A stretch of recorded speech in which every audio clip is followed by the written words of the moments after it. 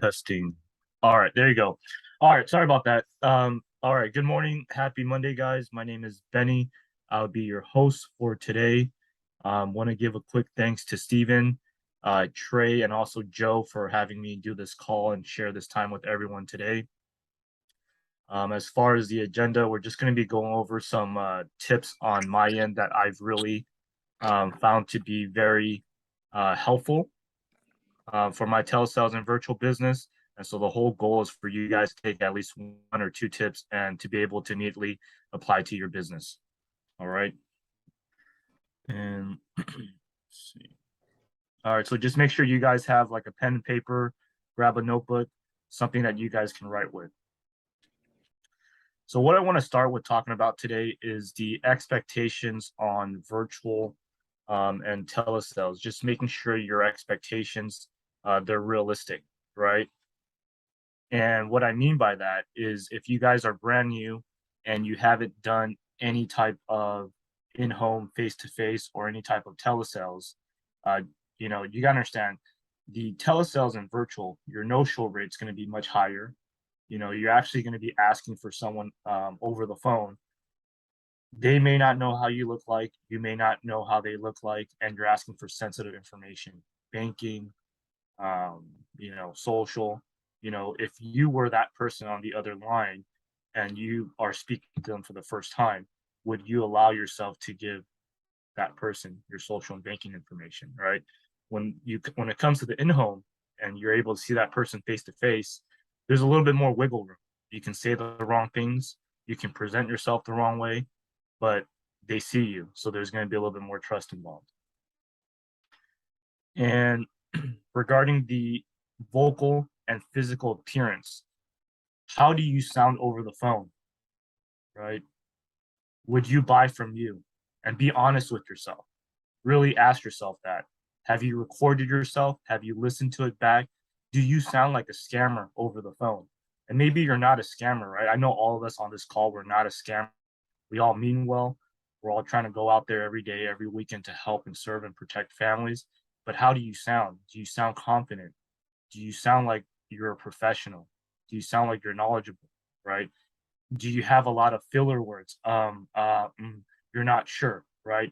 Are you having issues with the e-applications? Are you going into a call and you did everything correct from the beginning, establishing credibility, building rapport, letting them know who you are, what you're going to do. But when it comes to social and banking information, stuttering, right? You got to ask yourself those hard questions. How do you sound? Would you buy from you? And the last thing before we get started here is taking ownership of your actions, right? And your outcomes, whether the actions are or outcomes are positive or whether they're negative. You got to take ownership of that. You just have to, right? So if something good goes well on a call that you just completed or just finished, right? That's because of you. If the call doesn't go well, if they hang up on you, if they say some things that aren't so nice, and that's going to happen. It happens to everyone. They're going to say some mean things to us. They're going to hang up on us. They're going to say, stop calling me. But whatever happens during that call, take ownership of it. I did that. That's because of me. How do I get better? If you don't know the answers to it, then reach out to someone to the left of you, to the right of you, whatever above you, and find some answers there. But there's always something that we could have done differently. Even till this day, I've been doing this for a little bit over a year now. I've done in person, I've done over the phone, I've done Zoom, and I'm always trying to figure out like what could I have done differently to have better serve and protect the family that I'm speaking to. All right. So when I look at telesales or virtual and Zoom, I look at it as a 7-step process when you're having a conversation with a client over the phone. Okay. So the first thing is making contact with the client. And the second thing is establishing credibility. And then the third thing is doing the assessment, or if you want to call it the health assessment, the financial inventory, health questions, medications, whatever, financial income. And then number 4 is option presentation. Number 5, the client picks an option. And then number 6 is actually starting the e-application. And number 7 is submitting the e-application, right? So when you look at this, right, and this is what's helped me a lot, whether I help the client or not, right?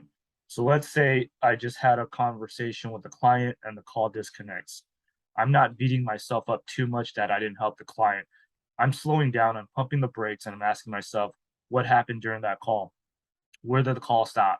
And in the very beginning, when I was new to telesales and virtual and Zoom, most of my calls I was getting from the very beginning of number 1, making contact, establishing credibility, going through the assessment, I'm doing an option presentation, the client picks an option, I'm starting the e-application, but I'm not able to submit the application.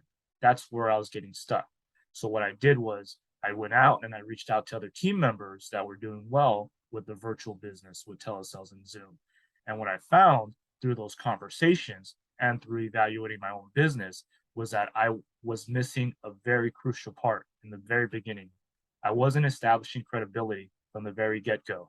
I wasn't doing a good job of it, right? And although I thought I was, when I brought that conversation up to another team member, right, I wasn't clear enough, and I just glossed over it real quickly. You can't do that for telesales. In home, face to face, you can do that. You can gloss over some things, but telesales, you cannot move forward until you actually establish credibility with the client or the phone. They got to know who you are. They got to know what your purpose is, what you're doing today. And then from there, then you can proceed, right? So that was giving me a lot of roadblocks in the beginning from getting the social and getting the banking information, right? And another quick example, um, some conversations I was having in the beginning, maybe I wasn't starting the e-application. So I'll peel back a little bit. Then I'm looking at it as a process again. I'm putting the client through the process. Did I present options number 1, right? And if I did, why didn't I start the e-application? So I look back a little bit more. I never asked the client for the sale. I never asked them which one works best for them. They never picked one. Or maybe they gave me an objection. Maybe it was a spousal objection, or maybe it was I need to think about it.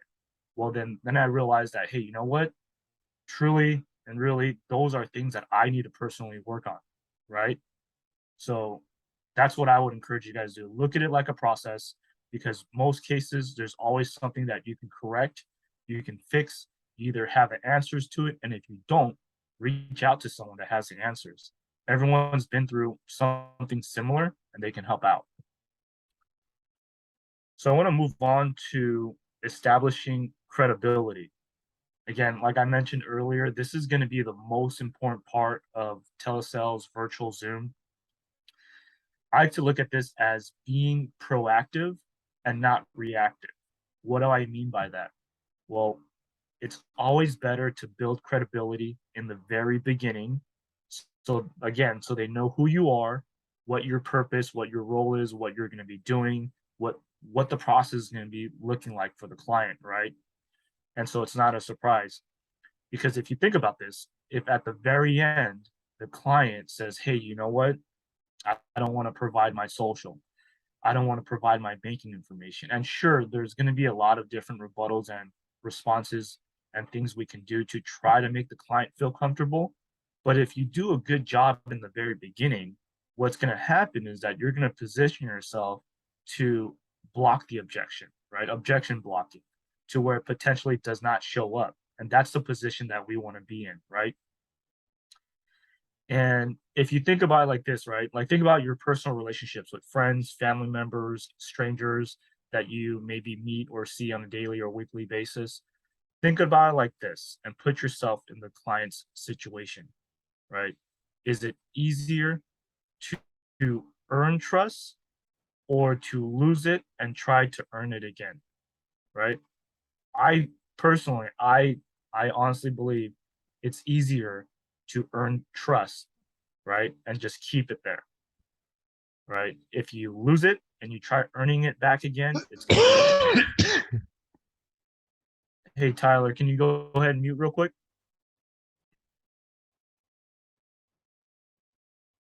Thank you.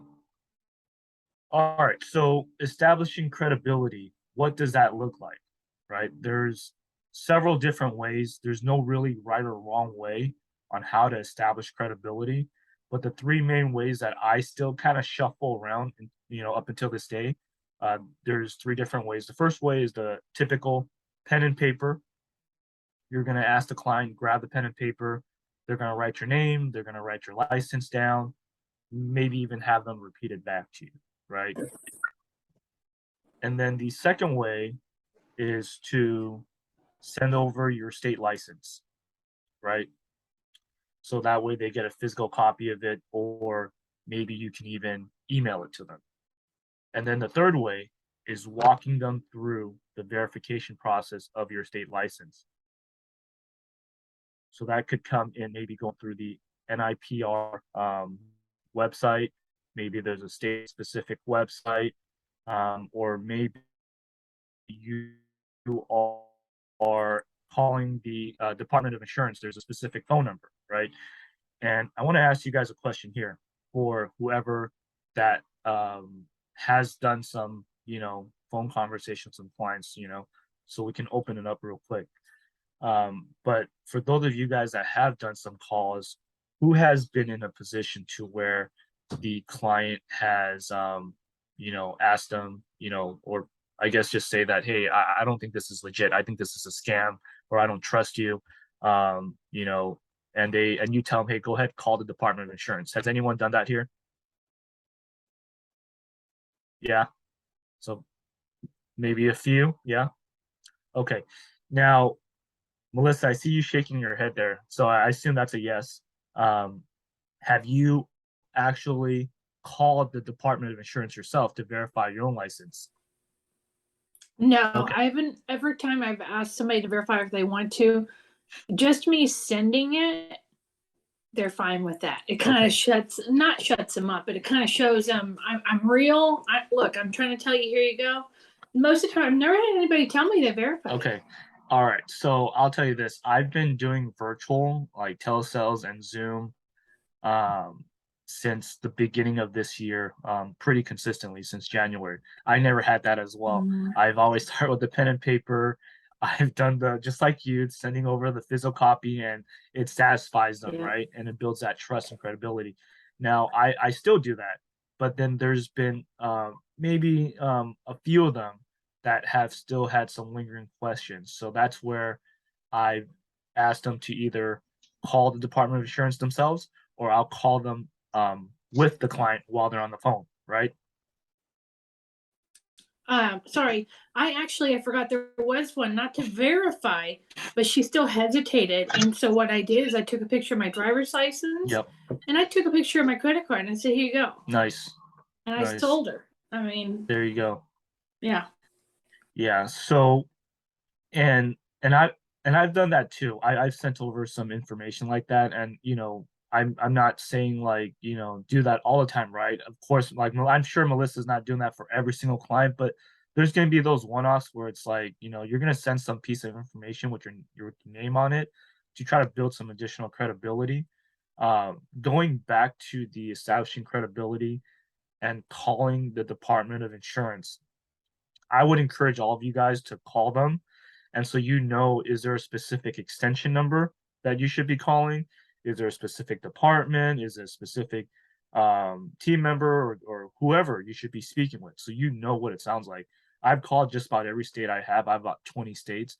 So I have a good idea of who I should be speaking with, because some websites, they're different from other states. And so you can't verify your license, at least, from what I've seen. So I like to try to call in, right? And from there, they'll tell me, okay, cool. First name, last name, license number. And then they'll say, okay, great. Yeah, this is a valid, verified license. It's valid from this year to this year, right? And then the client literally, either they're on the phone with me or they're going to call me right back. And from there, we just finish the process. And the last thing you want is to not know how that sounds like.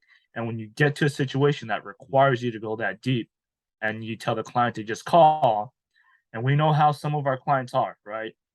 Some of them, they're different. Okay, you don't want them to call. They don't know that what extension they got to push, and then from there, they go ahead and they speak to the wrong person that's having a bad day, and they say, "Hey, you know what? I don't know who Melissa is. I'm not sure what this number is that you provided me. I don't know what to tell you.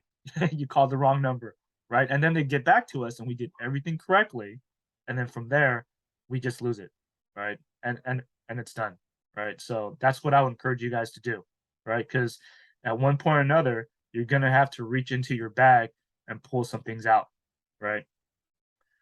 Let's see.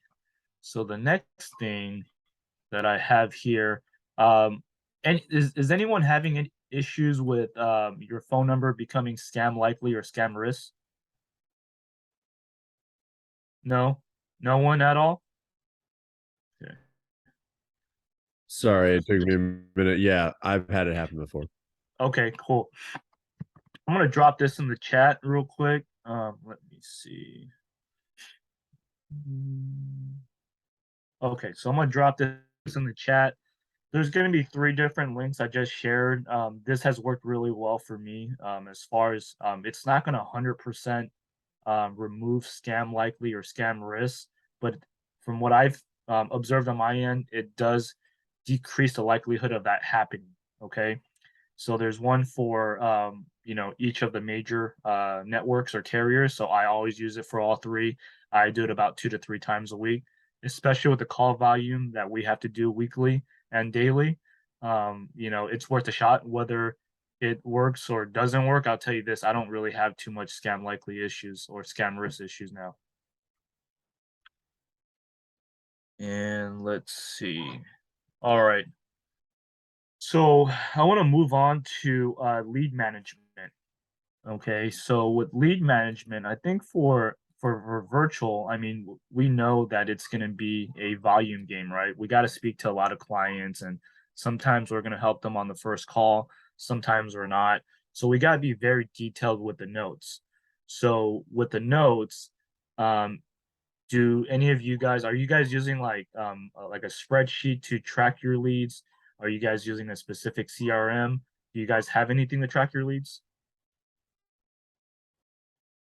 Anyone?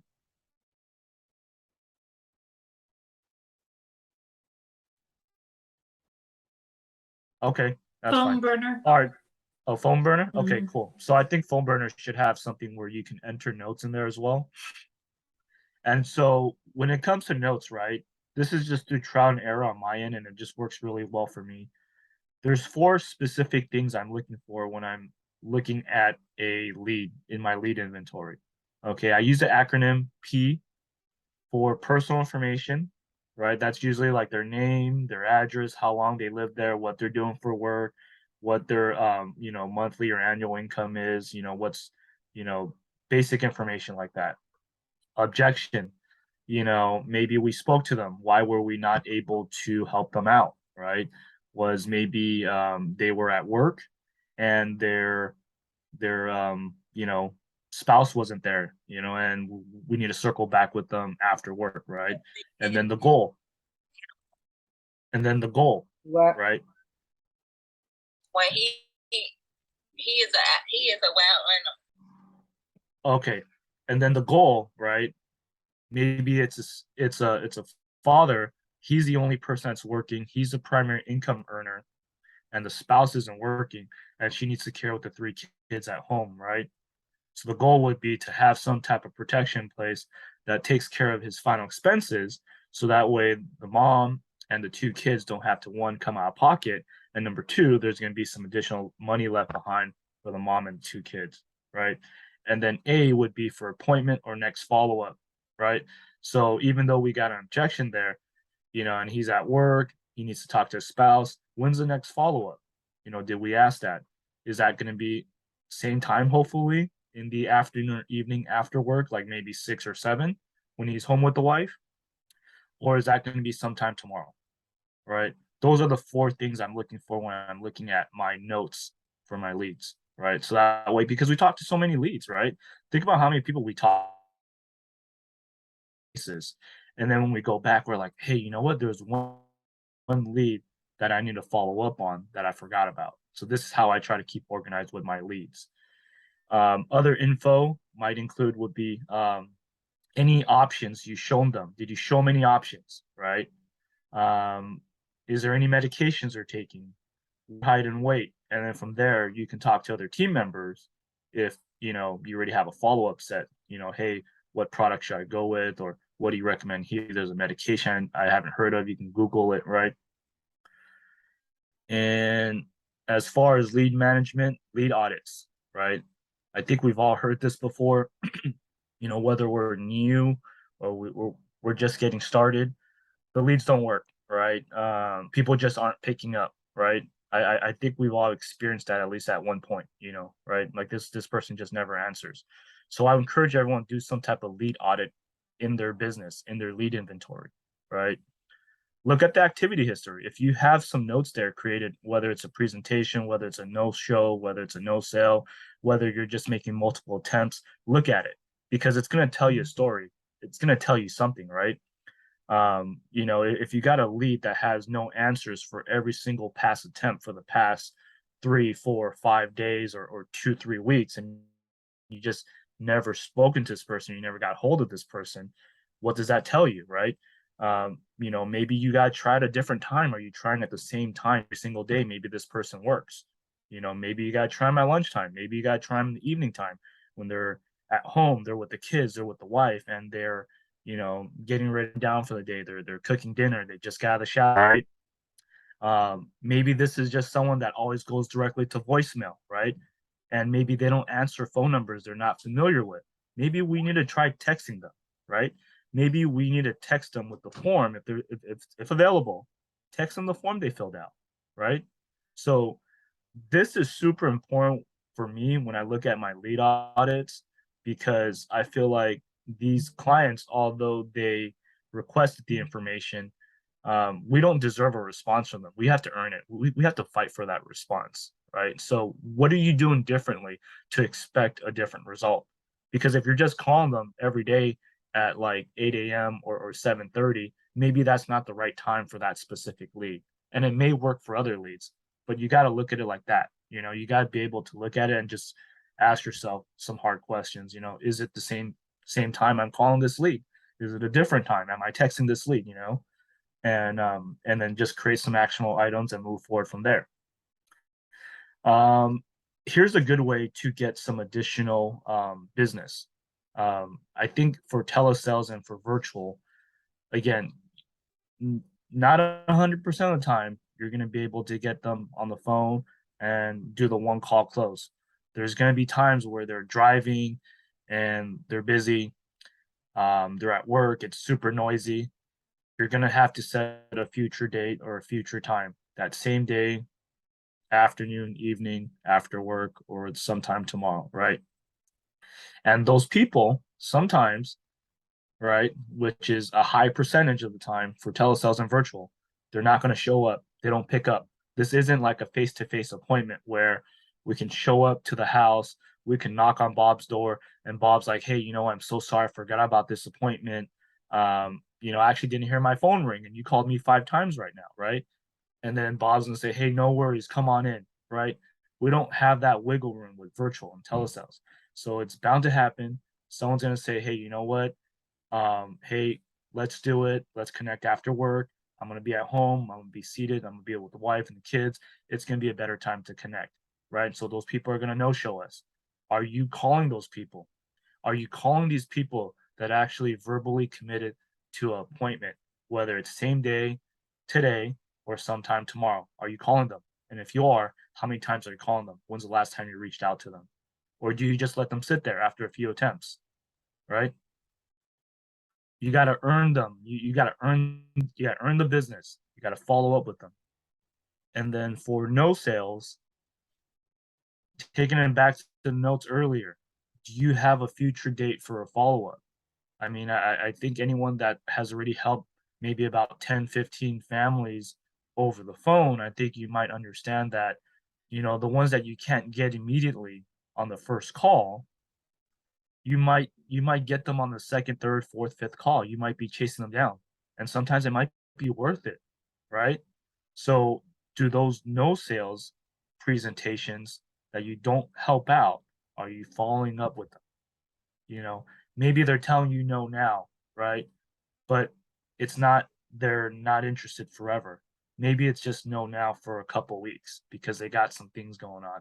Maybe someone's grandmother or someone's mother just passed, or maybe their kid just, they got a lot of issues going on, and maybe just now isn't the right time. And maybe we need to give them a couple days, right? That's how I look at it, right? It's never no indefinitely. And there are going to be some one-offs, right? Where it's no indefinitely. And I'm sure we can understand what that might or might not look like. But if they're telling you no and you go through the process of going through the objection, maybe they're not interested because of they don't think they'll qualify because of health reasons or medications, or they got declined in the past, or maybe because they don't think they can afford it. You do the right step, go through that, but assuming you did everything the right way, it's never no permanently. It's just no for now. And maybe it's a couple days later that you need to follow up. Maybe it's a week, 2 weeks. Sometimes it's even a month, right? And okay, next thing, there's 3 different ways that I'm going to share with you guys on how to boost your monthly premiums and how to better help your clients. So this is really good. You get to help your clients, put them in a better position, and you get to make some extra money in your pocket, right? It's a win-win situation here. So the first question I want to ask here, as far as boosting the premium, so we know about helping the client, whether it's Bob or Mary that fills out that request, right?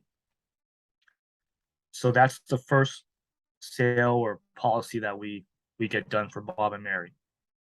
Do we just stop there, or do we have a post-sale accidental presentation, right? And I'm sure you guys should know that we have 2 products for accidental, right? One is the Guarantee Advantage. It maxes out at age 70. The other is the ADB product. It maxes out at age 60. Have we utilized those products? Have we brought it to the client's attention? I mean, these are products where it goes up to, it could be anywhere between maybe 100,000 up to 500,000, right? 500,000, right? Have we presented this to each client that we helped out, right? Instead of just like rushing them off the phone. Think about how much work it takes just to get a client on the phone, get them to trust us, believe in us, and then, find out what they're looking to accomplish. And we help them with the first policy, and then we just rush them off, right? So I'll just give you guys a simple example on what's worked really well for me as far as like a post-sale accidental presentation. Just goes kind of like this. All right, Bob, now that we helped you with your final expense program today, I'm looking at the assessment that we completed earlier. And based on your age of 52 years young, it looks like here that you should potentially still qualify for the Guarantee Advantage program, right? Or ADB program, whatever you guys decide to go with, right? Now, with this program here, it would be additional protection in the event of a death that's caused outside of your vital organs failing on you, such as accidental. Could be a car accident, could be a slip and fall, anything outside your vital organs, right? And just to give you an idea, most families in your situation, they would typically either go with 200,000. I'm just throwing some numbers out there, 200,000 for $30 a month, right? Or 250,000 or $42 a month. But you let me know, Bob, what works best for you. And I'll just leave it at that. You're going to get some yes, you're going to get some no's. Obviously, we just helped them out with the first policy for Bob and Mary already. We're not going to push them too hard. But we all know here, and I'm sure we can all agree, our answer is always going to be no if we don't ask, right? And this has been able to help me add additional premium for each of the sits that I'm doing, whether it's in person or over the phone, okay? And then the next thing is referrals, right? Do you have a post-sale referral presentation, right? There's going to be those clients where you connect with very well, right? Are you creating some type of conversation to lead up to referrals, right? There's a lot of good examples on YouTube about how to ask for referrals and how to set it up. And I think if we just genuinely be a person and we don't really think too much of a script, we're going to be fine when it comes to referrals, right? And the last thing here that I want to touch on as far as getting better premiums and helping the client out, right, is providing ranges for premiums. So this would go to option presentation, right? I want to give a quick shout out to Brandon BK for this. I actually borrowed this from him and it works very well for me, right? So when asking for a budget prior to showing options, when we're in the financial inventory going through the assessment, I might ask Bob something like this. Hey, Bob, for protection, for some protection like this that you're looking for, you know your budget better than me, right? Um, what does this look like? Is it something like around 50 to 80 a month? Is it 80 to 130? Or is it 130 to 200? Right? And so this will ensure that your monthly premium is never below a certain number, but at the same time, and more importantly, you'll understand and you'll make sure that it's comfortable and it's suitable for the client and it's going to be sustainable, right? So potentially less chargebacks, right? Because it fits their budget, right? And other than that, I didn't have any notes here on this, but I will touch on this. If you guys are not texting your leads, you guys are going to be losing out on a lot of business. I think about 20 to 30% of my business each month comes from just texting. There's no right or wrong way as far as how to text, um, and what you're saying. The whole goal is just to get and let them know who you are and what you're reaching out to them about. That's simply it. Right. All right. So at this time, we can open up for some questions, some Q&A. Any questions that you guys have regarding telesales, virtual, or Zoom, whatever it is, just shoot in the chat or just go ahead and unmute.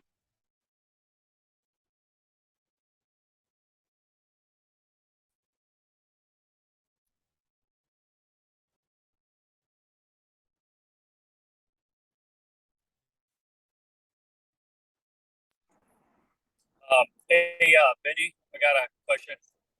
Yep. What's up? So I'm pretty new. I just started dialing like on Saturday. Okay. I did about 157 calls, and I got the 3-month-old leads. Now most of them didn't pick up, and about 10 of them were like disconnected numbers, and a few of them were wrong numbers. So it didn't get much luck. What's your what would you say?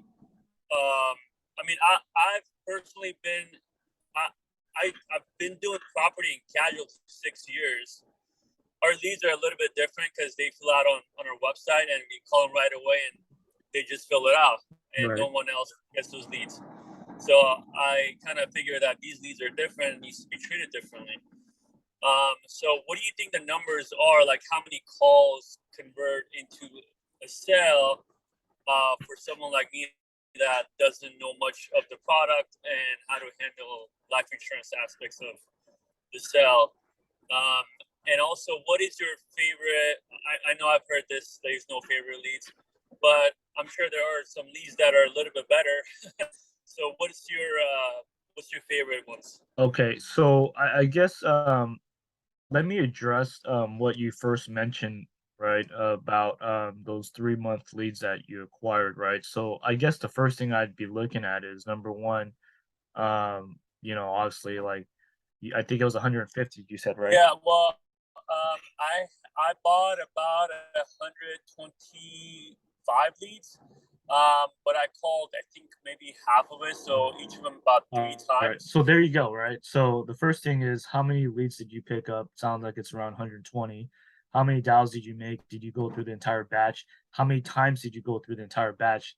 And based on what you just shared with me, I can almost assure you, you did not go through the entire batch anywhere between like 3 to 6 times, with those older leads and with doing virtual, back to what I mentioned earlier, which I'm not sure if you were here earlier, but if you were, I'm just going to repeat it again, is having our expectations correct with telesales. Like 3-month leads, they're still fairly new, but they're not like the leads that you were talking about, like that you're doing with the PNC that just comes directly off the website when they fill it out the request, Right. right? So they've been beat up a little bit. They probably talked to someone, they probably haven't talked to someone, or something happened in the conversation and they just didn't move forward with it. So these are going to require a little bit more time, a little bit more work, Got you know. I think with those leads, that's actually normal, and you went to only half of the batch already, Right. you know, and so you got to run through it many times. Like, have you tried texting the entire batch? No, I started though. I Okay. started. Okay, so what I would recommend is maybe you run through the batch about 3, 6 times, and afterwards text them. You know, Okay. and don't just text them once. Don't just text them once. You know, I would text them multiple times because each time you're calling them and each time you're texting them as well, and even if they whatever they say over the phone to you, I would still text all those leads. Like just put it through. I think someone dropped some different stuff in there. Maureen mentioned she uses Lead to Client CRM. Like that's a good one. There's so many different ones in there where you can use and they can help you drip on your leads for you.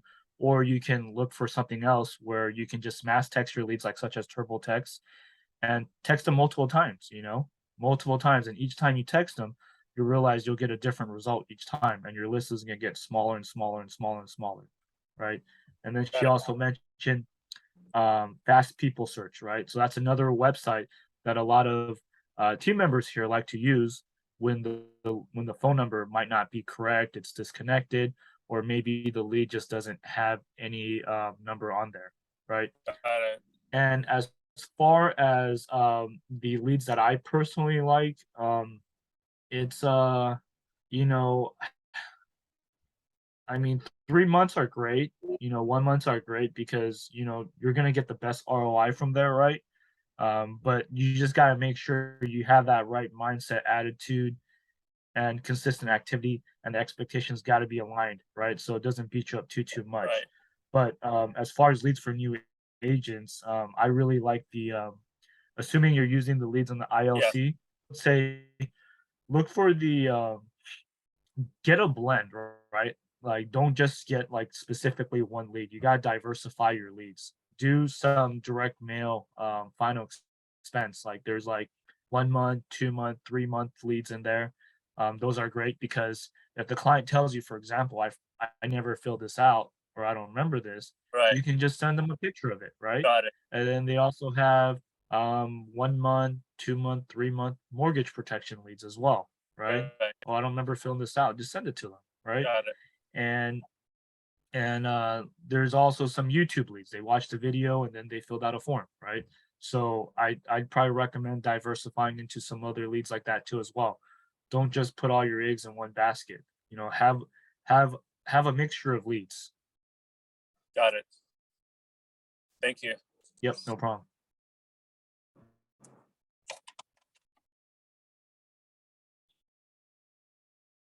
All right, guys. Any other questions before we wrap this up?